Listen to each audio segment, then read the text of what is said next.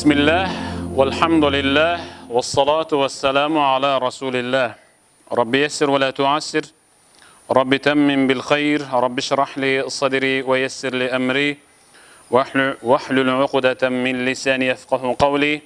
Amma ba'du, esselamu aleykum ve rahmetullahi ve berekatuh. Apalar, ece karındaşlar, kızlar. Barınızlarga Allah Taala'nın tügöңүз meyrimi, тынчтыгы, берекеси түшүп турсун. Сабак уюштуруп аткан эжекелерге, ошол кыздарга канатташ болуп аткан, оңунан солунан жардамдаш болуп аткандарга, себепчи болгондордун бүт бардыгынан Аллах Таалага разы болсун. Al-majlisu thamina деген бар. Аябай баалуу, барктуу, кадырлуу отурум деген.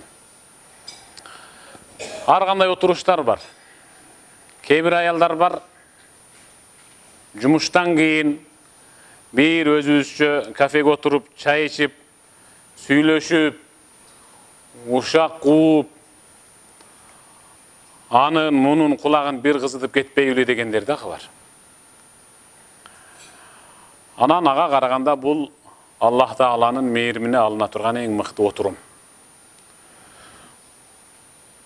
Өзү ислам алымдары Аллахтын мейримине арзыган эң баалуу бир отурум бар. Ал намаз окуп бүт, салам берип, аятал күрсүн окуп, тасбих, тахмид, такбир айтып бүткөндөн кийин астагфирулла فإذا فرغت فانصب وإلى ربك فارغب صدق الله العظيم.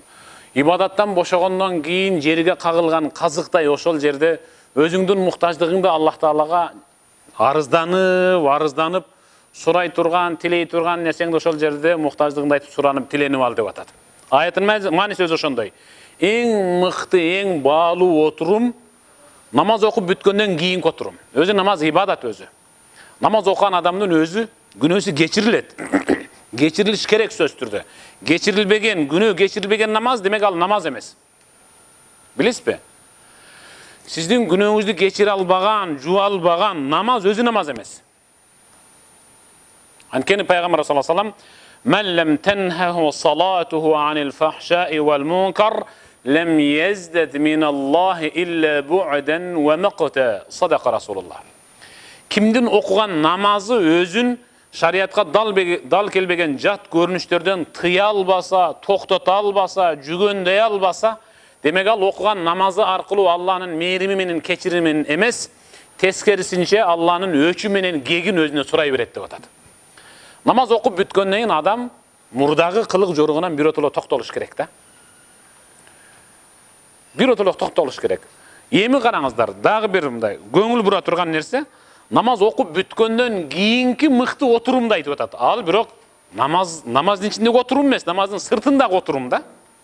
Бирок ошол отурумду ал-жилсату самина, аябай баалуу, барктуу, салмактуу отурум деп атат. Ошондой баалуу отурумдан кийинки эле дагы бир мыкты баалуу отурум мына ошо сиздердин отурушуңуздар иншалла. Алла Таала таасирдүү, пайдалуу, уккулуктуу, анан амал кыла турган отурумдардын катарына кошсун. Алдын ала мага берген маалымат боюнча бүгүнкү сабактын темасы ыйман деди. Ушундайбы? Анил иман. Иман тууралуу. Көпчүлүккө тема кызыктайлуу угулушу мүмкүн. Бирок мага биринчи барганда кантип сүйлөйм, эмнени сүйлөйм, эмнеден баштайм деп аябай толгондум. Ишенсеңер, 1,5 күн ойлондум. Мындай ашырып айтканда 2 күн аябай кыйналдым. Кантип сүйлөп берем деп.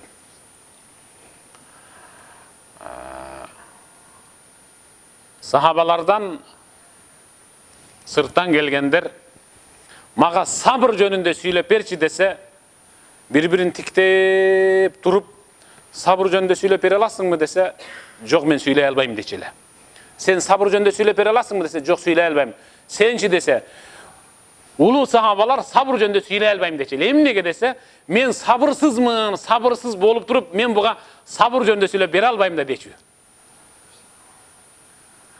Anam, ejeke iman jönünde süylep berin degende, uşul temany bir başka ustazlarga jüktöp bir dep 2 gün kıynaldım da. Çın ele men uşul hazır iman jönünde süyley alamby dep 2 gün kıynalıp tünü men uktay. Aytayın men bir sabaka dayardansam muhtabayım da tünü. Şu bir temadan temany şakekçe kılıp, jinjirçe kılıp dayarday albasam anda men demek uşul temada, uşul jatda özü jok ekemin dep esepteyim özümdü. Alan ustazlar menen geňeş oturup ne kılam, kantip süyleyim, bul iman degen amay tereň de bul akeyan muhitda muhit. Akeyan da akeyan, deniz dese de kiçine bolup kalat. Akeyan mesela tüvü jok, çekesi jok aýay çoň. Alım jesinçe süyleyin emi. Kem jerin toluktap, iri jerin tüzdöp ugastar. İnşallah.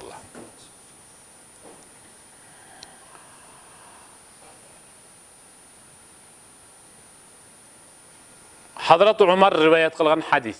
Esinizge salam. Anı oğu ile jürestir, okup jürestir. Kerek bolsa birölerge aytı ile jürestir. Hazrat Umar rivayet kılıp atat. Biz Peygamberimiz sallallahu aleyhi ve sellem'den aldında lek. Peygamberimiz bizge süylep oturgan. Biz Peygamberdi oromottop, şunda aylanıp oturganbız. Peygamberden süylep atkan sözünü kulak salıp oturgandygybızdagy jimjirtykdan çymyndyn uçkandagy ünü ugula turganday abalda ele dep atat. Şunçalyk kunt koyup ugup oturganbız. Bir uçurda men göňülüm negedir göňülüme bir ese düşüp başımды köterip burla kaldım. Oň jagybızdan biz oturgan jerden oň jagybızdan giyimi apapak bolgon, bирок aýaby taza, çaçaýy kara bolgon, kapkara bирок tozup jüdü görünbögen jakyn ele jerden paýda bolup kalgan bir kişi görüne kaldı, selt etip. Al akırın basıp geldi. Men janındagyny mürüm menen akırın çıkanamının türtündagy tanesin mi desem başı kep koydu. Oň jagymdagy tanesin mi desem al da başı kedi. Bar biz iýin goşurduk, ankeni hiç kim tanımayt ele. Alystan geldi desek anda sapardagy iz jok. Sapardan gele jatkanda adam terdep, tepçip, kıynalıp, kiçine giyimi çaң bolup, çekesinden tamçılagan terden ulam şor, çaçı tozgan boluş kerek. Bul okumuş, mıhty giyingen insan. Toptu jarıp girdi, jön girbey. Ayagırağın otursa bolmok, bирок al toptu jarıp girip, Peygamber bizge süylep atkanda çök düşüp oturgandan ulam, al dağı Peygamber'in maňdaýyna gelip çök düşüp oturup, özünün eki tizesin Peygamber'in tizesinde söýüp koydu. Uşunçalyk jakyn oturdu degen düşünükde. Mınday oturumdu, güýösü menen ayal erkeleşkende oturat. Mınday oturumdu, ata menen bala, ene menen kız uşintip oturup geňeşişet. Aýbe jakyn, korkutbay, sürdötpöy, geňeşkende dagı jürektin tüpküründögi nerseni çıgıra turgan geňeş uşul. Egerde güýösü ayalın özünün tizesini tigizip alıp akylyny aýta turgan bolsa, anda al merim menen aýtılıp atkan akyl. Alysıraak bola turgan bolsa, anda kakşyk akyl, kemsintүү, sın pikir aýtуу bolup esepdelet. Al aýtdy, oturup ele, akhbirna anil islam, İslam jönünde süylep berbeýsizbi dediler Peygamber. İslam en teşhede en la ilahe illallah ve enne Muhammeden abduhu ve rasuluh. İslam degen uşul. Şehade keltirişin gerek. İbadat kılıuga tatıktуу Allah'tan başka bir da ilahtar jok gübölük beresin jok dep. Muhammed anın kulu jana elçisi deysin. Ondan keyin namaz, orozo, zeket, hac dep beşönü жооп berdi Peygamber. Ugup turup saddakta toora aytdyň uşul jerin dedi. Biz bir-birimizge taň kaldık. Suragan adam o uşundayby dep özü taň kalyş gerek bolçu, bирок suragan kişi bilgen adam siýakty toora aytdyň dep tasdyktap koygondugu bizde taň kaldırdı. Andan keyin akhbirna anil iman. İman jönünde kabar ber berim. İman jönünde süylep ber dediler Peygamber. الإيمان أن تؤمن بالله وملائكته وكتبه ورسله واليوم الآخر والقدر خيره وشره من الله تعالى والبعث بعد الموت. Sizler bilgen. İman jönünde aytып berçi anda dediler Peygamber. İmanın 7 türkügün sıdırıp aytып berdi. Allah'a, periştelerine, kitaplarine, büt barın sıdırıp ayttılar. Saddak. Toğra ayttın dağı dedi. Biz aybay taң kaldık. Qarаңыз em. İman de uşul. İman dep. Bul gayrda bolup atkan okuya. Bul Madinada bolup atkan okuya. Madinadağı bolup atkan okuya. Alemi Mekke'deki bolğon okuya al taptakır başka. Peygamberimiz sallallahu aleyhi ve sellem al uçurda jönüle İslam jönünde kabar bergen. Jönüle jalp İslam jönünde. Oşon için Mekke'de düşürülgen ayetler mütbardık emne dele astagfirullah. Ya eyyuhen nas. Ey adamlar. Emnege ey adam derdi. Ankeni iman adamlardın jürөгүнө bir otolo oturukta şele gele. Oşon için Allah Teala dağı alardı çoçutpastan ey adamlar le dep attı da. Kaçan gana adamlar imanı biraz küçögöndө anan ya eyyuhellezine amenu ey iman keltirgenler. Birok jakşılap baykaňızlar. Ya eyyuhellezine amenu degen ey iman keltirgenler degen söz. Men uşul ayat okuganda şuların katarına koşulup kalam bu dep özümçe. Keyde bir de suyunsem bir de kaygıram. Kapı olam. Emnege ellezine amenu degen buna ayal zatı jakşı bilet. Özünün törüp, emizi bağıp östürgön balası emi kas turup tay baskan balası şırıle basıp ketpeydi. Eki kadam taştap otura kalat, eki kadam taştap köçügü menen gayra jığılıp düşet, uşinti oturup basat. Ya eyyuhellezine amenu degen iman keltirүүдө dagı dele imandары jürөгүnө толук oturbay birde çögölöp münküröp oturup kalgandar kede imani sözler aytkanda imanı güçöp dagı tekelenip kalgandar degen söz. Bul sözdü kanda özgü alış gerek. İman de şunu aytat. İman Allah Taala'nın bir jana bar ekenine çın jürөгүнөн ınangan jana işengen insan. Emil istetin. Çında öyle sizde kuduşul ayatta, hadiste bayandalып atkan iman bar özü. Çında böyle uşul. Kitep degeni tağıragı Kur'an jana hadis talap kılgan iman bizde bar boşançalı dengelde var mı bizde? Bar. Men жооп беретилем bar. Sizlerden barınızda da barınızda şunda bar inşallah. Emnege? Ankeni Peygamberimiz sallallahu aleyhi ve sellem süyünüştüğü bir söz ayttı. Hazır oşol söz sizge de gaybay mıktı kuvanışlar tuğulaydı. Peygamberimiz sallallahu aleyhi ve sellem İze serratka hasenetuk ve sa'atka seyyi'etuk fe ente mu'min. Sadaka Resulullah. Egerde jasagan özüңüzdөн jakşı işiniz sizdi kubansa, kede bilbey turup жүзөгө aşırıp algan kemçildigiňiz sizdi kaygırtıp kapalantsa, demek al uçurda siz çınıgı mu'minsiz degen. Karaň. Biröөгө salam aytıp, telefon çalıp, cuması menen, orozosu menen, ayt namazı menen, kuttuktap, al-ahvalyn surap koygon uçurda kıyla jürөгüňiz jеңилдеп kalat. Unağızda baratıp jol çıraktın janındağı tilemçige 5-10 son berip koysanız kıyla jürөгüňiz jarıp kalat. Biröөгө salam aytasız. Biröөнүн kemçildigini keçirip koyasız siz. Keçire alasız. Biröөгө akıl aytasız. Biröөнүn namaz okuşuna sebepçi bolosuz. Uyga gelip jakşı jasadım dep. Oşol işiňizge sүйүнсөňüz, birok geçe biröөнүn göңүlүn oortup algansız. Hiç tınım albay atat. Çay içseňiz dele, namaz okusaňız dele, Kur'an okusaňız dele, joldoşuňuz menen süйлөшүp otursaňız dele, bayakı geçe kaygırtıp koygan jaman işiňiz sizdi kapalantıp atsa, demek siz mu'minsiz dep atat. Jürөгüňizde iman bar ekenine uşul dalil. Karaň. Namazda okubay koydu kimdir birö. Geçe birö joldoş menen uruştu. Aybay, jaraşkыс bolup. Birok ertesi mına bugün geçe uruşkan bugün oşol işine kaygırbasa demek anın jürөгündeki imanın tayızdığı ekenin kabar berip atat.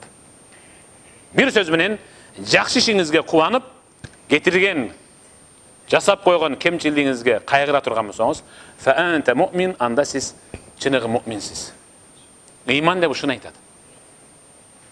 İman деп ушуну айтат. Пайгамбарыбыз саллаллаху алейхи ва саллам bir sahabanın sorosuna bergen жообу. Караң. Жогору жакта Hazrat Umardын айткан хадиси, ал кайсы киши эле, ким эле ал ихсандан сурады, ал аламату саа, кыяматтын белгилеринен сурады. Эң аягында барын билип бүткөндөн кийин саддакта туура айттың деди да, анан ордунан турду дагы пайгамбар менен жөн гана ымдалашып, кайрылашып барды дагы алысыраак барып габа, көздөн кайын болду деп атат. Анан биз пайгамбарды суроолуу тиктеп калдык. Пайгамбар биздин суроолуу тиктегенибизди түшүнүп туруп, "Атарифун манис-саил", мага суроо берип жообун алып, андан кийин "Ооба, туура айттың" деп тастыктап аткандын ким экенин билесиңерби дедиле. Биз билбейбиз. Ким я Расулуллах бул десек, "Иннаху Джибраил. Жаа лиюаллимакум динакум." Бул Жибрил болчу. Силерге диниңерден сабак бериш үчүн келген болчу деп атат. Карагыла. Жибрил болчу, Жабраил болчу. Атайын Аллахтын буйругу менен инсан келбетинде келди. Караң, ошондогу иман, ал биз билген иман. Ал биз билген иман. Биз аны айтып эле жүрөбүз, шыр эле. Аллахтын бир жана бар экенине иман келтирүү, периштелерге иман келтирүү, китептерине иман келтирүү деп айтып эле жүрөбүз, ушул 7 түркүктү. Бирок кээде ушул 7 түркүктүн анча-мынчасына салакы мамиле кылып коебуз. Кайсыл? Kimdir bирөөсүнө кичине эле кайдыгер мамиле кыла турган болсок, демек анда жүрөгүбүздөгү имандын олку солкулугунан кабар берет. Мисалы, "Вал кадари хайрихи ва шаррихи миналлахи таала." Көпчүлүк ушул жерге келгенде сыналабыз. Аллахтын бир жана бар экенине толук ишенебиз, ынанабыз. Пайгамбарларына, китептерине, периштелерине ынанабыз. Bir жерге келгенде олку солку болуп кетебиз. Кайыр? "Вал кадари хайрихи ва шаррихи миналлахи таала." Жакшылык дагы, анча-мынча жаман иш дагы тагдырда жазылганына байланыштуу жүзөгө ашып атат деди. Ушуга ишенүү ал ыймандуулуктан. Кимдир бирөөнүн баласы үйлөнүп, жылдызы келишпей ажырашып кетти. Кимдир бирөөнүн кызы турмушка чыгып, жылдызы келишпей ажырашып кетсе, анын кайненеси жаман болчу, кайнатасы жаман болчу, күйөө баланы мен мурда эле билгемин, бербей коеюн десем, тууган урук болгондугу байланыштуу эми токой сөздү ушундай бурмалап келип, баягы жүрөктөгү уюткулуу ыйманды бир чайпалтып алабыз. Эмнеге ушуну? "Вал кадари хайрихи ва шарри", турмушка чыгуусу, жашоосу жана ажырашуусу түйүлдүк болгондо жазылганда деп тим эле болуп калбайбыз. Мына ушуну иман деп айтат. Мына ушуну иман деп айтат. Мисалы менеке, Адам атабыз менен Муса пайгамбар ихтаджа, экөө далилдешип кетти. Кадимкиде далилдешип кетти. Муса пайгамбар айтты Адам атабызга: "Я Адам, ey Адам, бардык Абул Башар, инсанияттын атасысыз, менин да атамсыз. Бирок сиздин Аллах Тааланын жебегин жакындабагын, ола тақраба, жебе эмес, ола тақраба, жакындабагын деген сөзүнө кулак салбай, жакындап, ошондон ашап, ооз тийип койгонуңузга байланыштуу, биз менеке бейиштен түшүп калдык. Ошондо жакындабаганыңызда ошол Аллах Таала тыйган дарака. Анда биз азыр бейиште жыргап жүрмөкпүз да. Аллах Тааланын буйругуна баш ийиш керек. Деди Муса пайгамбар. Анан Адам ата сурап атат: "Min ayna alim?" Sen bunu kayaktan bildin? Kayaktan bildin sen bunu? Men senden murda jaralsam, adam bolsam, jannatta jaralsam, Allah Taala'nın özünün ruhunan manga kirgizse, jirgasam, sen kaçan jaraldın? Sen jerde jaralып atasın. Men asmanda, jannatta jaralып atam. Sen bunu kayaktan bildin dediler Musa peygamber. Allah Taala Tavrat'ta bildirgen maga.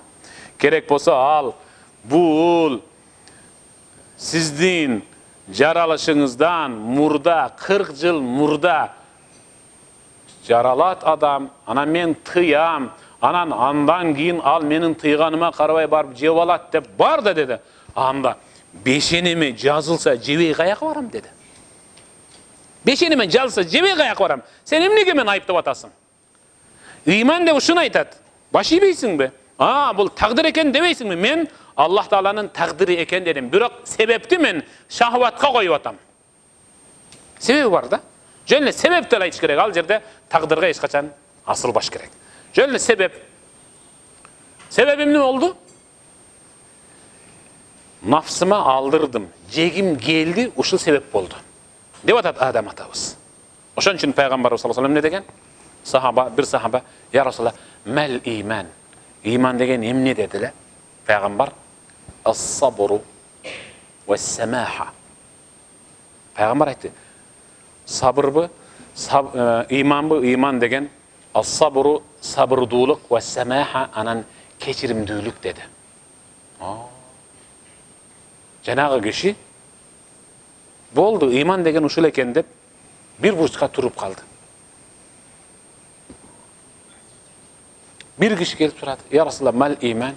İman degen emne dediler. El iman el husnul huluku. İman degen al en mıhtı münöz dedi. Kayra ketip kaldı. Üçüncüsü gelip sorap atat. Mal iman ya Resulallah? İman degen al emne dediler. Muamele, mamile. Andan keyin anan sahabalar sordu. Ya Resulallah, bir surani üçü bir deyle verse cevabın bölök berip atas dedi. Antkeni Peygamber aytdı. Birinci gelip soragan kişinin özünde sabırsızlık var ele. Semaha hiç kaçan biröni geçir albaydı. Jeke öz üçün buga iman uşul sabırdı bolu, anan keçirimdi bolsa, uşul eki öyle ola turgan bolsa, imanı tolu bolup kaladı. Uşul eki ösü jok bolgondugu üçün bunun imanı tayız bolup atat dedi. Ekinçisi, bardık jagынан bar. Namazı bar, orozosu bar, zeketi bar, jana başlar bar, birok munda el-husnul huluq. Kul kadebi ayabay naçar. Uşul kul kadebin oňdosa ele imanı tolo bolup kalat dedi. Üçüncüsü, namazı da var, orozosu da var, zeketi de var, birok adamlar menen mamile kıla albaydı.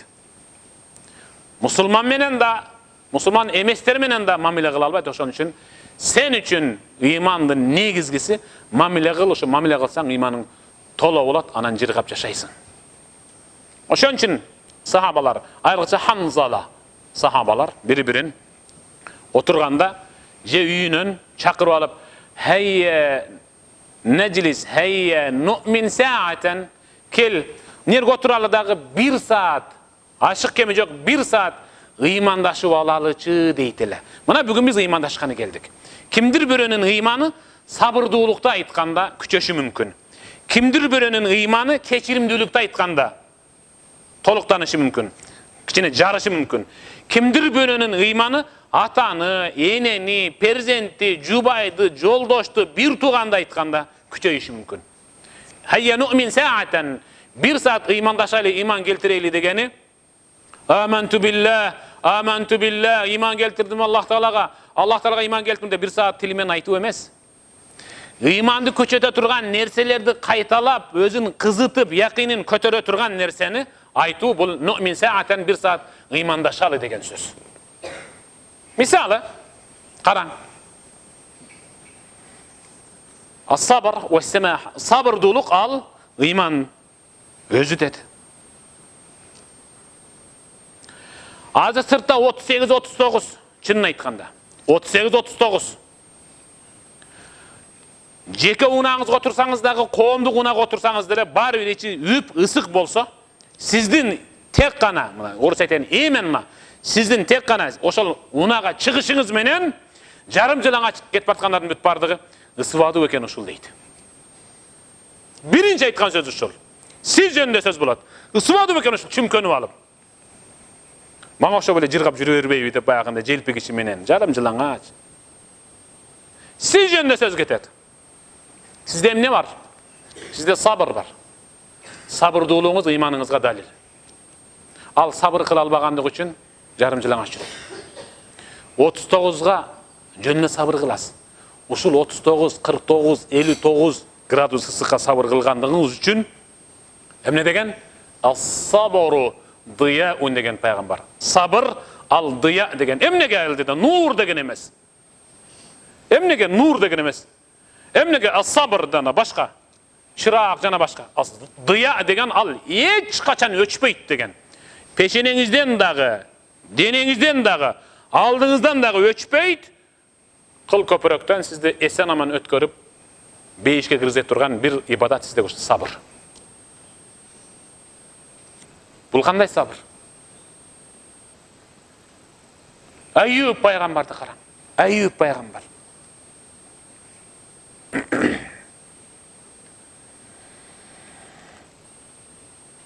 Болгону Айюб пайгамбардын ооруп калышына бир эле себеп.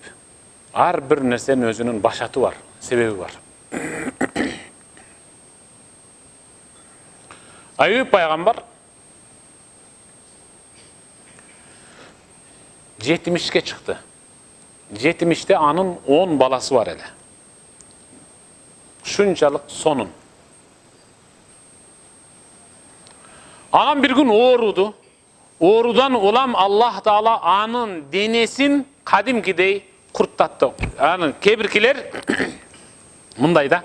Ушул окуяны окуганда кебиркилер баягы арабчадан же орусчадан которулган котормолорду окуганда ошол аял же эркек өзүнүн үйүндөгү жарым километрин курттап кеткенин элестетет. Ак курт басып кетет го, быжыра бел. Тоо калдым эй. Айюб ушундай курттаган экен да деп. Жок. Өлбөйм антип курттап кетсе. Аллах Таала Айюб пайгамбардын денесине курт берүүнүн биринчи себеби Айюб пайгамбардын Аллах Таала Айюб пайгамбарга берген оорунун вирусун курт жеш керек болуп калды эле. Түшүнүп атасызбы? Ага вазелин жана башка майларды сүртсө айыкпайт эле да. Именно Аллах Таала анын денесине курт берсе, ошол Аллах Таала өзү берген дартты, өзү жараткан курт менен жедиртип атат вирусун.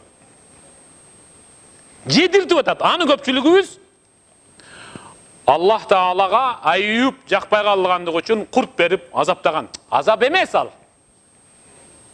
Ал мээрими. Аллах Тааланын мээрим. Аллах Тааланын мээрим ар кандай? Аллах Тааланын мээрими кээде крокодил менен да келип калышы мүмкүн. Анаконда менен деле Аллах Тааланын мээрими келип калышы мүмкүн. Ооба?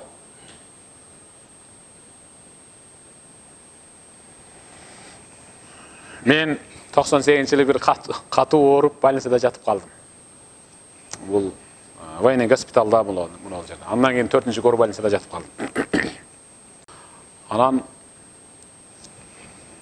айылда высоковольтный баягы провод түшүп кетип, аны билбей бирөө алып салам деп кармаганда өрттө кирген да. Анан ток муну төөдөн чийип кеткен, жалындап. Эми Аллахтын кудурети. Ток энергия баягы высоковольтный. Денеден кирип төөдөн чийип кеткен да, жарып муну жерде. Эми элестетиң, муну баштын ичи черепни полный мээ турса, ошол ток атып чыкканда дагы мээ сак калган.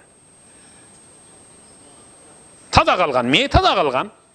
Көз таза калган болгону чач жок, муну мээ мында ачылып калган да, аны эми жапкан эме менен. Пластика менен жапкан.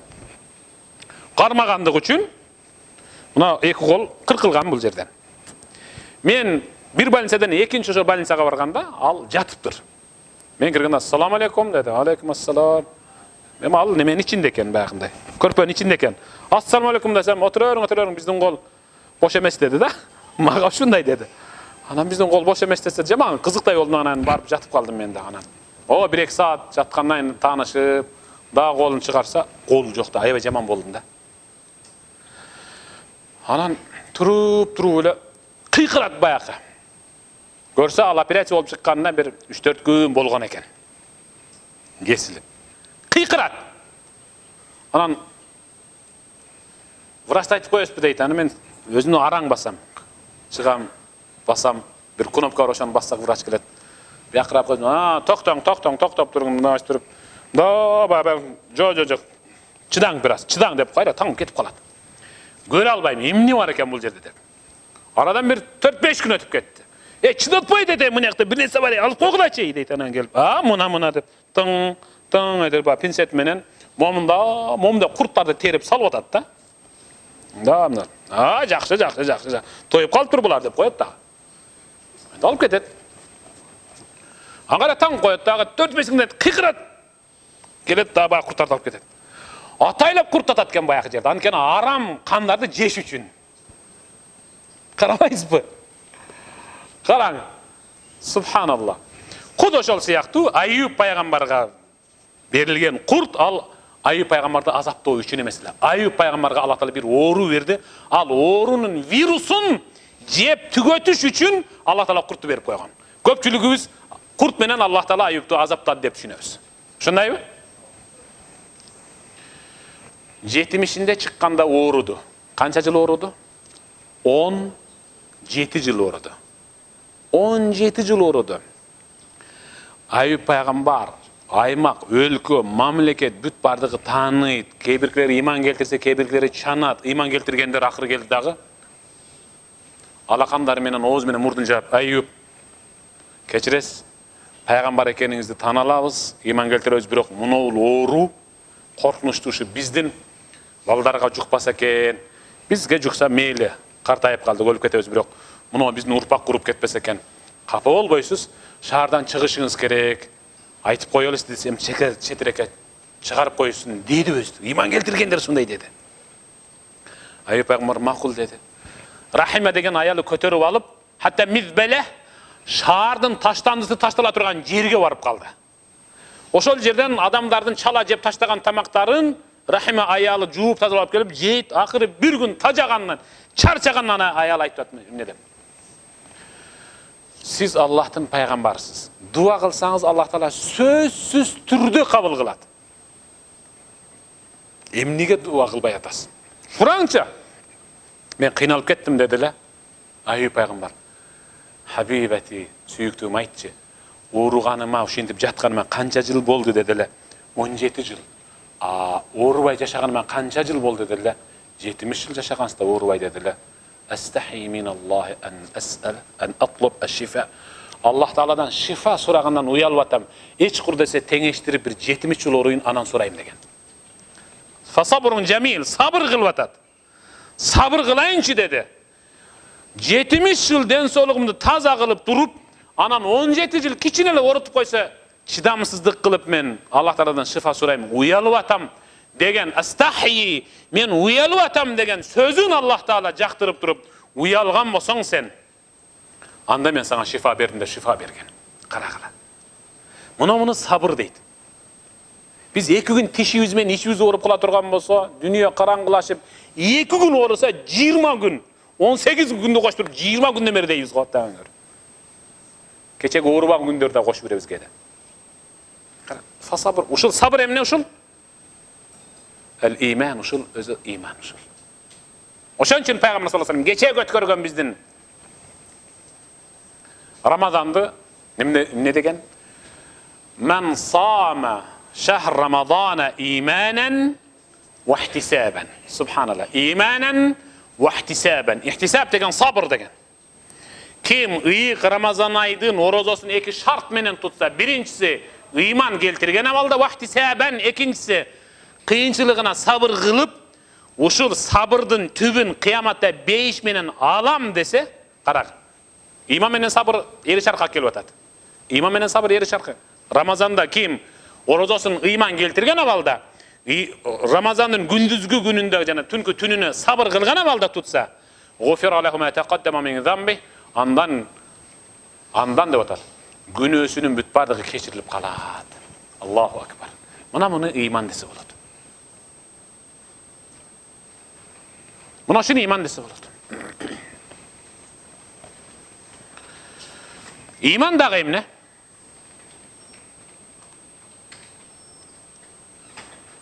İman degen al.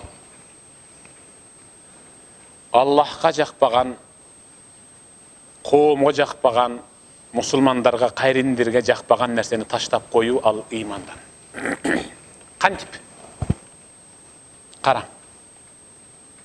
Пайгамбарыбыз саллаллаху алейхи ва саллам bir hadis aytты. Аны көпчүлүгүбүз окуйбуз, угабыз, бирок амал кылбайбыз. Эми карап туруң. Пайгамбар эмне деди? Min husni islamil mar'i terkuhu ma la ya'ni.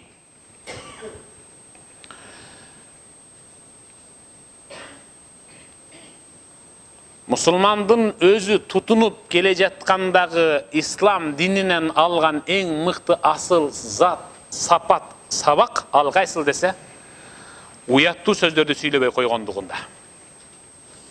Musulman қатары tutunup келе жаткандагы динибизден алган эң мыкты асыл зат, сапат ал эмне десе, уят сөздөрдү сүйлөбөй койгондугубузда. Musulman қатары, муъмин қатары уят сөздөрдү сүйлөбөй койгондуктун өзү ал ыймандуулуктан. Ошон үчүн Ухудда Пайгамбарыбыз саллаллаху алейхи ва салламдын сахабаларынын ичинен жарааттарды атайын таңып, дарылап, жанын жебелерин алып сахабаларга жеткирип тура турган анча-мынча медик аялдар бар эле. Ошол медик аялдардын бирөөсүнүн 20 жаштагы чымыр денелүү баласы кайсы бир мушриктин кылычынын мизине дал келип, тумшугу менен шейит болуп жыгылат. Апасы көрө калып барып, баласынын чаңга буланган бетин, башын тизесине коюп, бетин арчып атат. Ханиан лек я бунайя биш-шахада, ханиан лек биш-шахада я бунайя. Эй кагылайын уулум, шейиттигиң менен куттуктайм. Шейиттигиң менен куттуктаймын. Деди эле Пайгамбар саллаллаху алейхи ва саллам аркасынан келип туруп, мин айна алимти аннаху шахид. Каяктан билдиңиз сиз мунун шейит экендигин? Каяктан билдиңиз? Айтыңчы. Каяктан билдиңиз деди Пайгамбарыбыз. Эмне деп атат сөзүн улап? Балким ал тирүү жүргөн мезгилде тили менен анча-мынча уят сөздөрдү сүйлөп койгондур. Ким тирүү жүргөн мезгилинде уят сөздөрдү сүйлөп койсо, ошол сүйлөнгөн богоз уят сөздөрү керек болсо адамды шейиттиктен тосуп коет деп атат. Көрдүңүзбү? Ал эркектерде да бар, аялларда бар. Сөгүнүп, тилденип, жалган, жала, ушак, имичтерди чыгаруу инсанды шейит өлүмүнөн тосуп коет. Кудай сактасын. Ошон үчүн Пайгамбар мин хусни исламил мар'i таркуху ма ла я'ни. Мусулман катары, муъмин катары өзү тутунуп келе жаткан ислам дининен алган эң мыкты асыл зат, сабагы кайсыл болсун, эң мыкты сапаты кайсыл болсун деди эле. Таркуху ма ла я'ни. Уят сөздөрдү сүйлөбөй койгондугунда деп атат. Уят сөздөрдү сүйлөбөдү, демек анын ыйманы мыкты толо экендигинен кабар берип атат. Муну ыйман десе болот.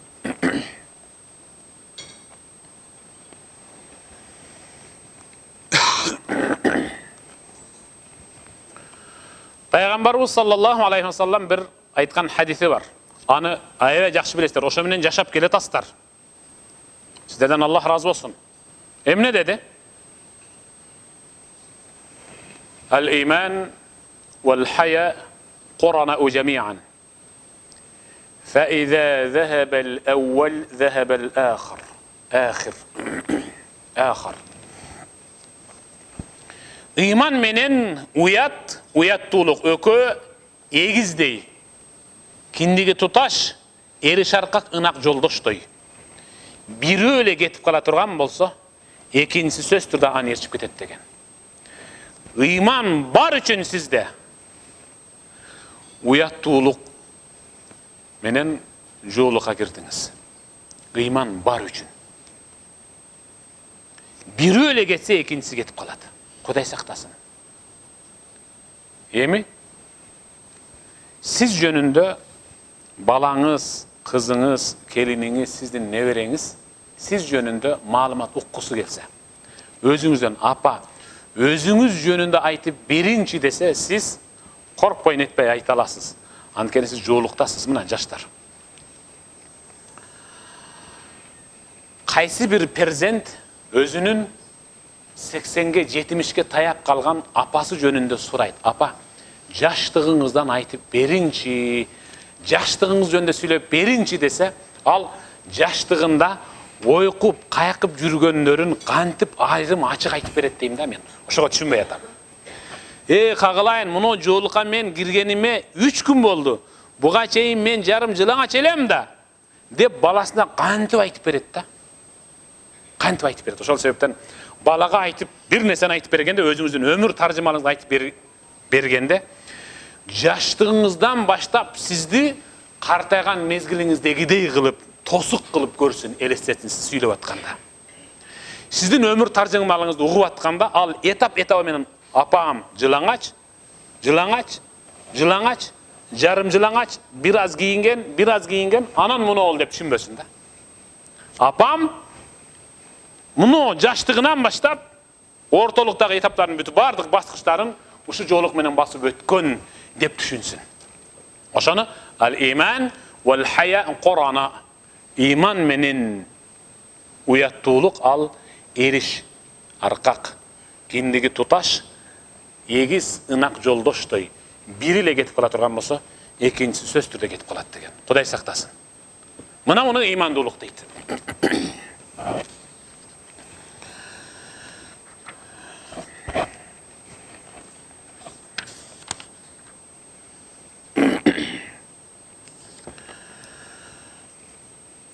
Арабтарда бид деген сөз бар, же рахт деген сөз бар, же шу'ба деген сөз бар.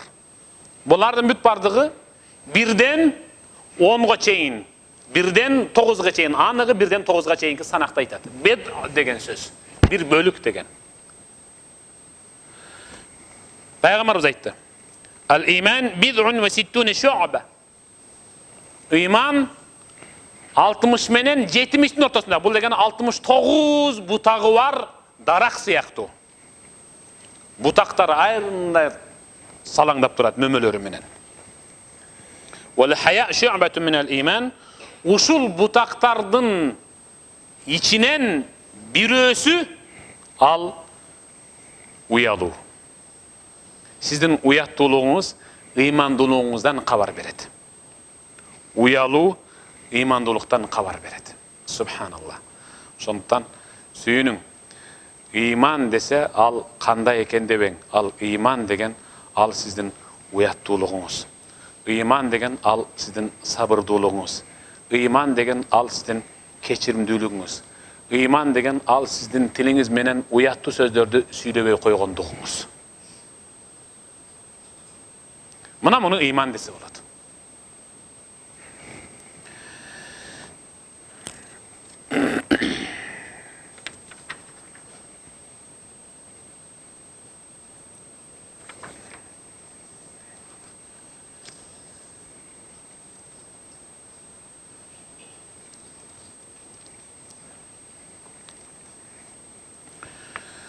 Пайғамбарымыз саллаллаху алейхи ва саллам мындай деді. Мен азыр легенда соны бирөөгө көрсөтпөй туруп, легенди ичесизби десем, ооба дейт, анткени ал мурда легенди ичип жүргөн. Туурабы? Анткени ал газдалбаган, жөн эле тунук жерден бир 200 же 500 метрден чыккан булак суусу деп түшүнөбүз. Газдалган жалаба суусун ичесизби десем, дароо оюна келет, ичкенде деп кекирте турган, бужыр бир нерсе чачырай турган ушундай нерселерди түшүнөт. Эгерде лимонад ичесизби, кола ичесизби, же да башка ширин суу ичесизби десе, бардыгын ичип даамдап көргөн, баарыны деп туруп ошонун ичинен каалаганын таби тартканын айтат. Ооба ичем, уртайм деп. Эгерде мен сизге азыр сиздерге самса тартылат, ысык самса деп туруп пирашка апарып берип койсом. Да, жандагын дароо түртөт. Устаз самса менен пирашканын айырмасын билбейт экен дейт дароо эле. Дароо ошентет. Анткени самсанын даамы бөлөк, пирашканын даамы бөлөк. Күрүчтүн даамы бөлөк, шорбонун даамы бөлөк. Мен эмнеге мынтип атам? Азыр кайтыла турган хадис кудушул даам жөнүндө. Мен эмнеге айттым? Эми угуп көрүң. Siz damın tarttınız böyle hazır. Uğup durun. Peygamberimiz sallallahu aleyhi ve sellem. Selasun men kunne fihi vecede halavetel iman. Kimde üç nerse bolsa, al imandın damın nağız tatıptır. Kimde üç nerse bolsa, al imandın damın anık damdaptır. Bunu onun içine hazır töküp durup, bal koyup durup, keçire sapa, baldan ostiyesip dep durup, barganda siz kolunuzdu borsak menen ilensen, çok, anda emez, kızık eleste, sırtına bir jalap koyun desem, damdayız bu şunu. Jönüle, işini jalagan boyunca kalıp ketesiz. Dağım bunun içinde kalıp ketip bartadi. To'g'rimi? O'shaning uchun Salasun men kunna fihi vajada halavetel iman. Üç nerse kimde daim bolsa al iymandın damın naqta baldı damdagan siyaqtu damdaptır. Biroq andaylar tilekке karşı seyrek. Birinchisi qaysi dese men kana Allahu ve rasuluhu ahabbu ilayhi mimma siwahuma.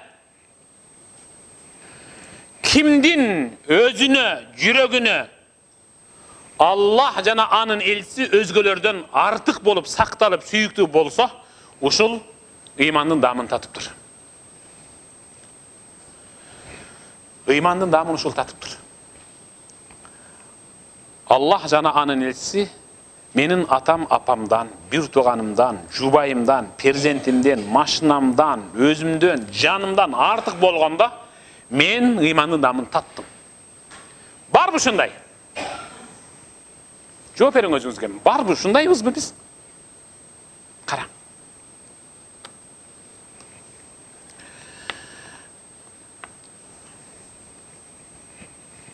Kimdir biri Kur'an jattaptır, толук. Караң. Кайсы бир бала же кайсы бир кыз Куранды толук жаттаптыр. Ошол хадиске байланыштуу.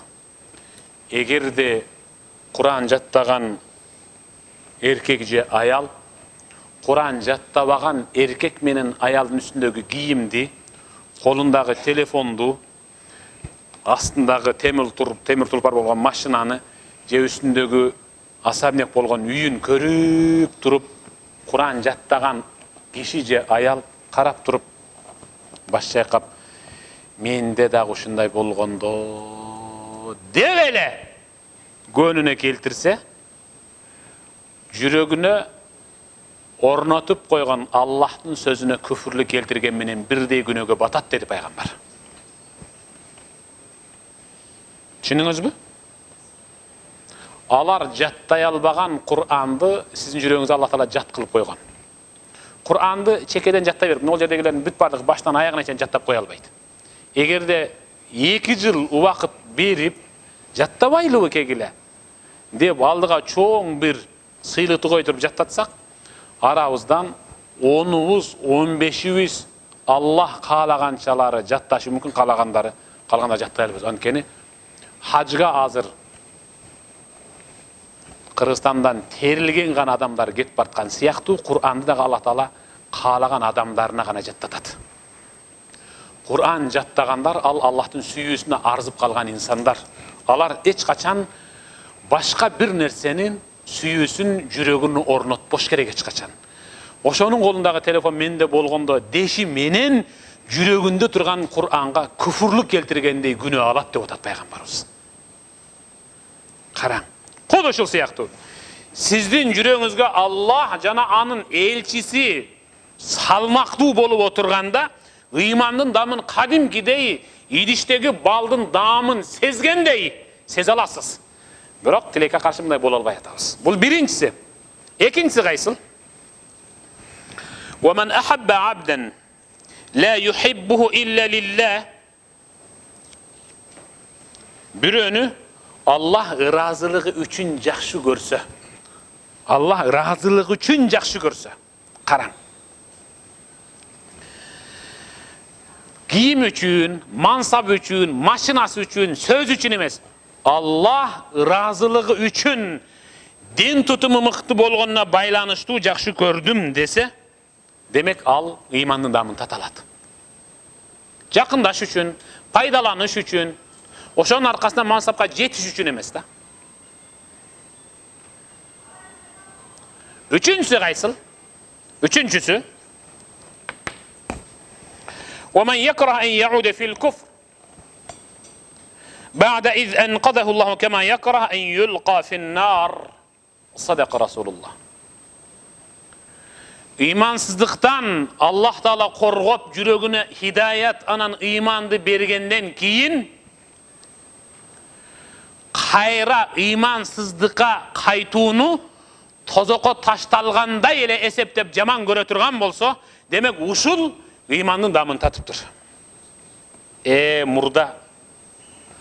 Мурда кабалга бара бере токшойм.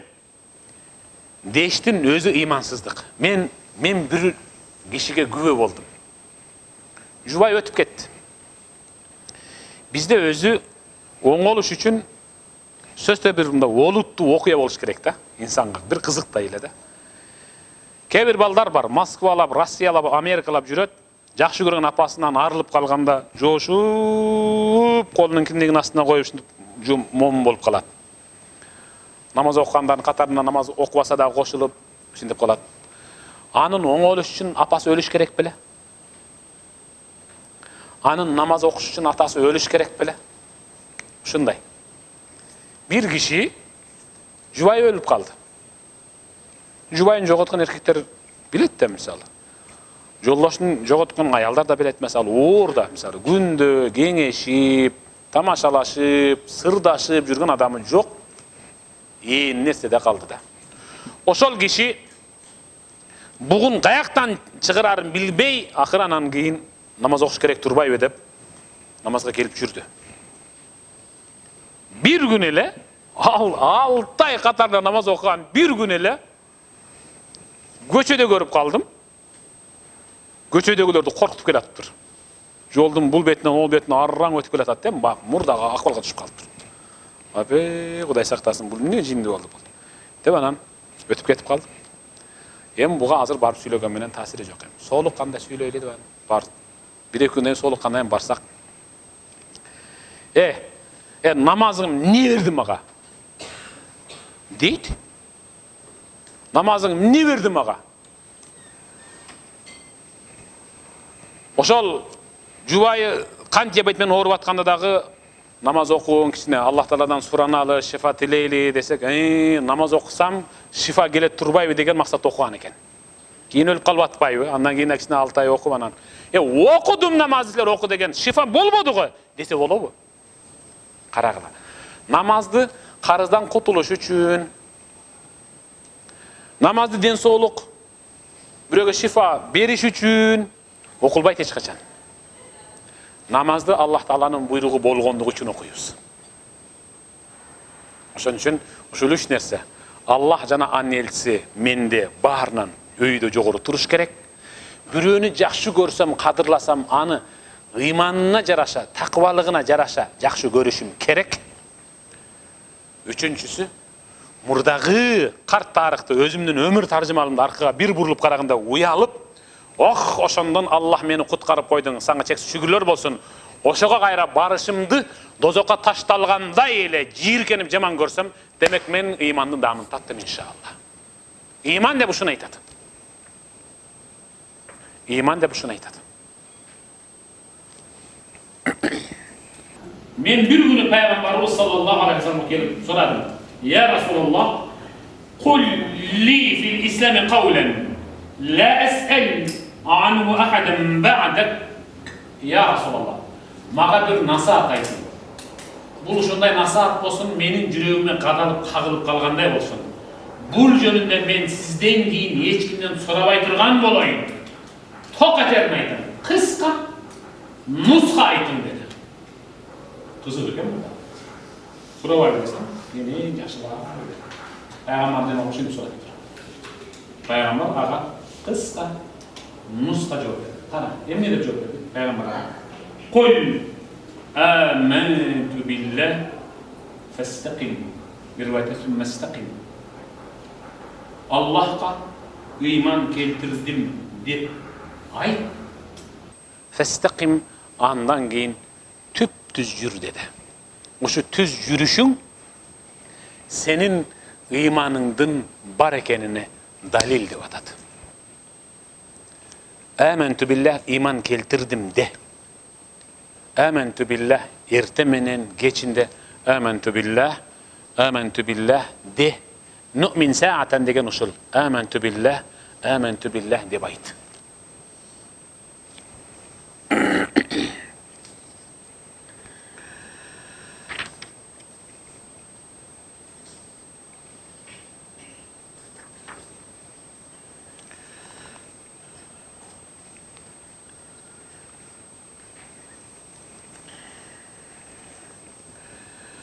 Mümin al kim? Mümin al Allah Teala Kur'an suresinde sallallahu Kur'an'da قَدْ أَفْلَحَ الْمُؤْمِنُونَ قَدْ أَفْلَحَ الْمُؤْمِنُونَ الَّذ۪ينَ هُمْ فِي صَلَاتِهِمْ خَاشِعُونَ Sadakallahu azim. Allah Teala mümindi Kur'an'da açık aytkan. Ya eyyühellezine amenu degen al ortonku daraja. En tömönkü daraja ya eyyühennas. Andan keyin ya eyyühellezine amenu. Andan keyin innemel mu'minuna ihva. Andan keyin qad aflahal mu'minun en jogorku dengel pigi. Qad aflahal mu'minun. Müminler, imandular alar kutuldu dep atadi. Qad degen söz çındap anıgında şek kümensiz kutuldu biroq şart menen. Qaysyl şart? اَلَّذ۪ينَ هُمْ ف۪ي صَلَاتِهِمْ خَاشِعُونَ Namaz okuganda kadimgide titirep, kalçıldap, korkup okuyturgan bolsa, anda alar kutuldu tozoktan. Emneden, tozoktan, esepten, jemeden, yüzünün kara boluşunan, denesinden tamçılagan terge çömülüp buğuluşundan kutuldu degen söz. Bar bu yerde hacga umraga barganlar. Bolsa kol kötürüңүздөр men barganman dep. Hacga umraga barganlar. Subhanallah. Allah Teala kabul kılsın. Hacga umraga barganlar. Allah razı olsun.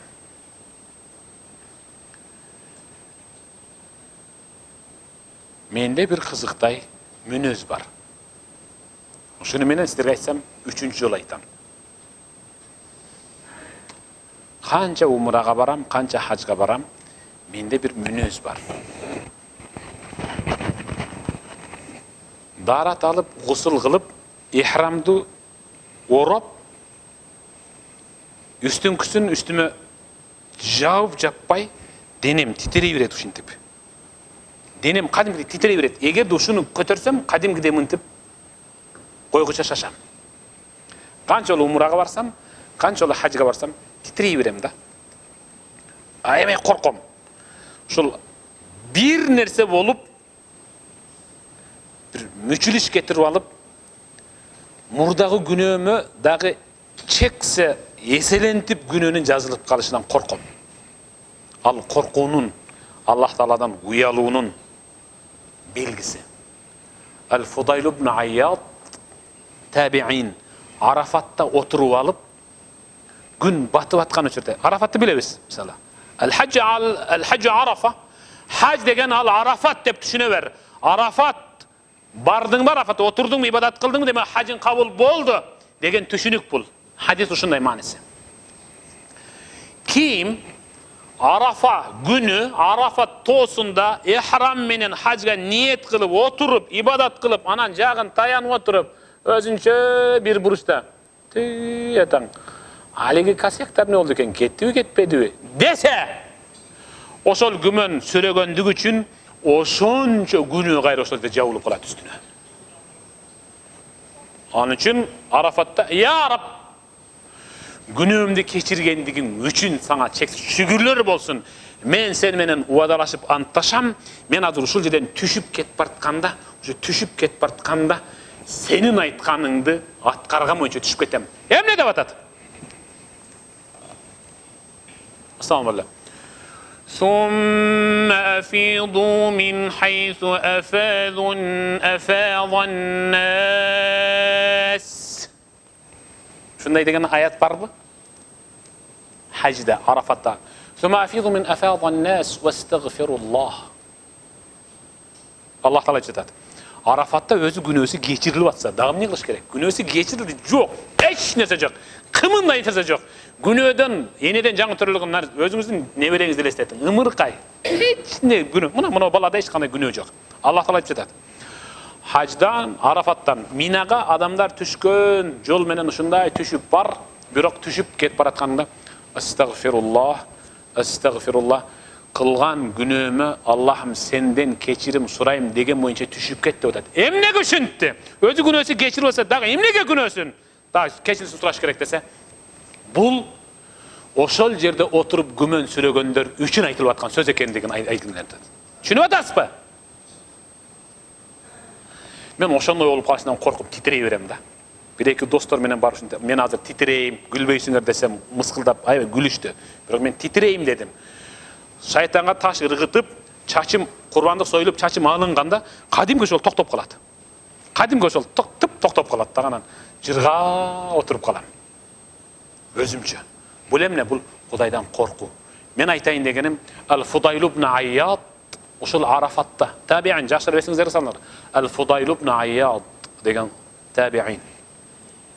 Достору менен Арафатта ушунчалык денелери балкып, ырахаттанып, көздөн аккан жашы кургабай ибадат кылышты дейсиз. Көпчүлүк үчүн бул көз жаш жаңылык эле, анткени буга чейин мынтып ыйлап көрүшкөн эмес эле. Ушунчалык жүрөктөрү элжиреп, жибип, жумшап дуа кылып бүтүшкөндөн кийин Ар-Рахил деген сөз чыкты. Мында аралардан бирөөсү Ар-Рахил. Эми Арафаттан Муздалифага түшөбүз деди. Болду. Убакыт бүттү. Арафатта ибадат кылып Аллахтан кечирим суроонун, күнөөдөн арылуунун убакыты бүттү деп атат. Эми элестетиң. Кимдир бирөө самолет менен бир жака учуп атат. Элестетип атасызбы? Сизде учакка атайын коюлган 30 килограмм жүк, 8 килограмм кол жүк деген чектен ашыкча сизде 20-дан дагы 20 ашыкча бар да 40. Бирок сиз айтты. Кезекке тура бериң. Өткөрүп коебуз деди. Бирок кезеги менен келе бериң, өткөрүп коебуз. Тартип менен деди да. Мында кылсаңыз адамдар өтүп келат, ушул мени көтпөй калабы экен, Шу жүк толуп калып мен 20 килограмм калып калабы экен дегенде ак эткенде так айтып, буну хажга, умрага жана сапарга чыккандар аябай жакшы билет муну. Өзү калып кетсе дагы эч нерсе эмес, жүгү калып кеткенде жаман коркот да биздикилерчи. Өзү калып кетсе кайгырбайт. Жүгү калып кетсечи жаман кайгырат да. Эме элестетиң. Арафаттагы убакыт күн батышы менен күнөөнүн кечирилиши, дуанын кабыл болуш убактысы токтойт, эшик жабылат. Сиз 20 килограмм жүгүңүздү алып, тапшырып бүткөндөн кийин, экинчи 20 килограммды койгондо билет кыркып аткан. Болду, бүттү. Жүгүңүз акча экен. Кайтсын дегенде кандай жаман болосуз. Денеңиз чымырап кетет. Батам бери күтүп атканыңыз ушул беле мен. Чоңуңар каякта, чоңуңар өткөрөм деди эле го деп дары эле чоңун колко кыла коелу. Бизде чоң бул жерде роль ойнобойт, биз өзүбүз эле чечебиз, муну десе дагы жаман болосуз. Кудай, эшик жабылды деп 20 килограммыңызды өткөрбөй койсо кандай болосуз? Эми Арафатта күнөөлөрдүн кечириле турган учуру бүттү деген сөз бул адам үчүн өлүм менен барабар. Менин күнөөм кечирилбей калдыбы деген түшүнүк бул. Ал-Фудайл ибн Айяд элге кошулуп ибадат кылды, истигфар айтып, тасбих айтып, бардыгын жасады. Бирок элдин бүт бардыгы күн батышы менен Муздалифага түшүшүбүз керек дегенде бардыгы бири-бирин куттукташып, кучакташып, такаббалалла, Алла кабыл кылсын, Алла кабыл кылсын, күнөөңдөн арылышың менен деп кадимкидей куттукташып, чекелерин жыташып, кучакташып атты эле. Ал-Фудайл ибн Айяд ыйлаганды эми баштады. Күн баткандан кийин баякы ыйлагандан башкача озоңдоп ыйлады. Мурдагыдан да катуу ыйлады. Кадимкидей өпкө жүрөгү үзүлө тургандай былкылдап ыйлады эле. Жанындагылар келип, "Сагайым эмне болду? Биз мунулар күнөөдөн арылып тазалангандыгыбызга сүйүнүп күлүп атсак, сүйүнүп атсак, ыйлап атасың да, бу эмнесин ыйлап атасың? Эмне? Анча-мынчалыс калыш керек беле сенде күнөөңдөн. Косягыңнан анча-мынчасы қалып қалыш керек беле? Бүт бардығы жуылғанына өкініп ыйлап атасыңбы деділер. Дағы зоңдады.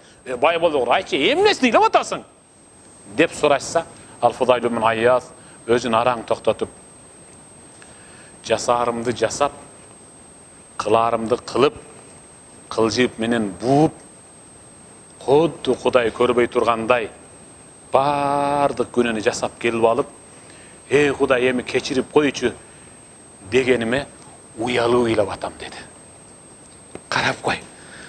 Емне қылсам деле, кечірем мен сені, кечірем да қантип кечірбейін деп, кечіріп қойған Аллах Тааладан уялы ыйлап атам деген. Қарач. Мына бұл өзі имандуулық ушул. Қағылайын апалар, ұққаныңыздар үшін чоң рахмат. Қарындаштар, эжекелер, Аллах разы болсын. Иман деп ушуну айтат.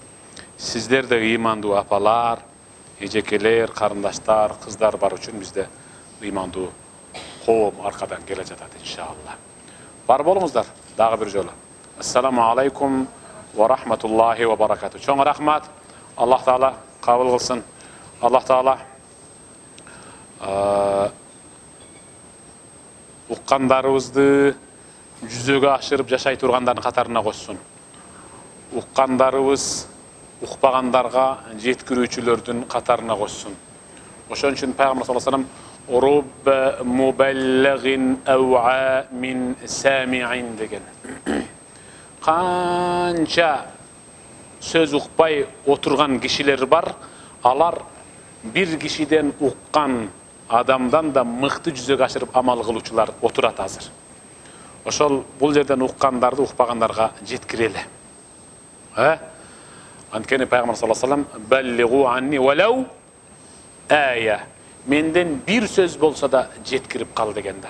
Bir сөз. Бүгүнкү сабактан алган тыянагыңыз бирөөгө bir эки эле сөз жеткирип койсоңуз, иншалла, чоң жыйынтык чыгардык. Дагы бир кадам алдыга таштадык. Мен имандын кичинекей гана бир үрөнүн талкалагандагы 10дон 1 же 100дөн 1 араң айттым. Толкунданып атып, калган истер оңдоп, түздөп, толуктап, улап, көбөйтүп, иншалла, жашайсыздар, анан аны жеткирип айта аласыздар.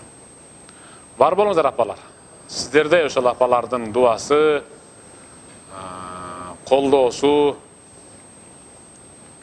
сүрөшү менен ушинтип ислам алдыга жылып келатат. Амин, дуа кылалы. Аллахумма иннека афуун карим, тухиббул афва фа'фу анна я рахим. Allahumma ya muqallibal qulubi thabbit qulubana ala dinik. Allahumma ya musarrifal qulub صرف قلوبنا على طاعتك. اللهم إنا نسألك الهدى والتقى والعفاف والغنى. اللهم قل көтөрүп алакан жайып өзүңдөн сурарыбыз. Ыймандашайлы деп отурган мажлисибизди пайдалуу жана берекелүү кылгын я Рабби. Кулак салып, улуу баштарын кечүү кылып, алтындай бактысын коротуп келген апа, эже, карындаш кыздардын бардыгын ата эне бир туган үй бүлөсү менен эки дүйнөнүн түрдүү апат кырсыгынан өзүң сактап, эки дүйнөнүн ийгилик жана бактына жеткизген. Алдыларына койгон жакшы ой максаттарын жүзөгө ашыргын. Жүрөктөрүнө Кур'андын, исламдын, имандын нурун толтургун я Рабби. Өзүңдүн, пайгамбардын, Кур'андын кызматкери кылгын я Рабби. Ар дайым өзүң жакшы көргөн орунда, жакшы көргөн иштерди жасап, өзүң жакшы көргөн сөздөрдү сүйлөгөнгө өзүң көмөктөшкүн. Я Рабби, бизди татынакай орунда аманат жыйнаганыңда кылып, эми кыяматта Фирдаус жаннатында пайгамбарыбыз Мухаммад саллаллаху алейхи ва саллам менен түбөлүк жыйнагын бир рахметике я архам.